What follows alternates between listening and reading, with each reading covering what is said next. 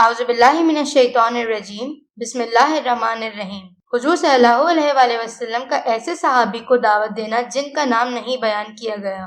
حضرت ابو تمیمہ حجیمی رضی اللہ تعالیٰ عنہ اپنی قوم کے ایک آدمی کا واقعہ بیان کرتے ہیں کہ وہ آدمی حضور صلی اللہ علیہ وآلہ وسلم کی خدمت میں حاضر ہوا، یا حضرت ابو تمیمہ کہتے ہیں کہ میں حضور صلی اللہ علیہ وآلہ وسلم کی خدمت میں موجود تھا۔ وہاں ایک آدمی آیا اور اس آدمی نے پوچھا کہ آپ اللہ کے رسول ہیں، یا یہ پوچھا کہ آپ محمد ہیں؟ حضور صلی اللہ علیہ وآلہ وسلم نے فرمایا ہاں۔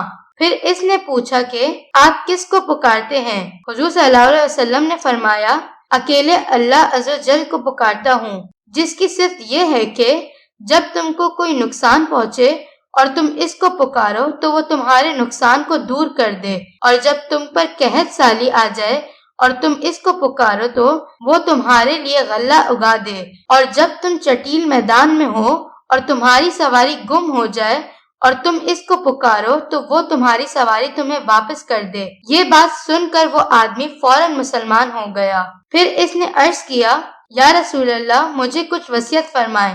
حضور صلی اللہ علیہ وآلہ وسلم نے فرمایا کسی چیز کو کبھی گالی نہ دینا۔ وہ صاحب کہتے ہیں حضور صلی اللہ علیہ وآلہ وسلم کی وصیت فرمانے کے بعد میں نے آج تک کبھی کسی اونٹ یا کسی بکری کو کبھی گالی نہیں دی۔ صدق اللہ العظیم۔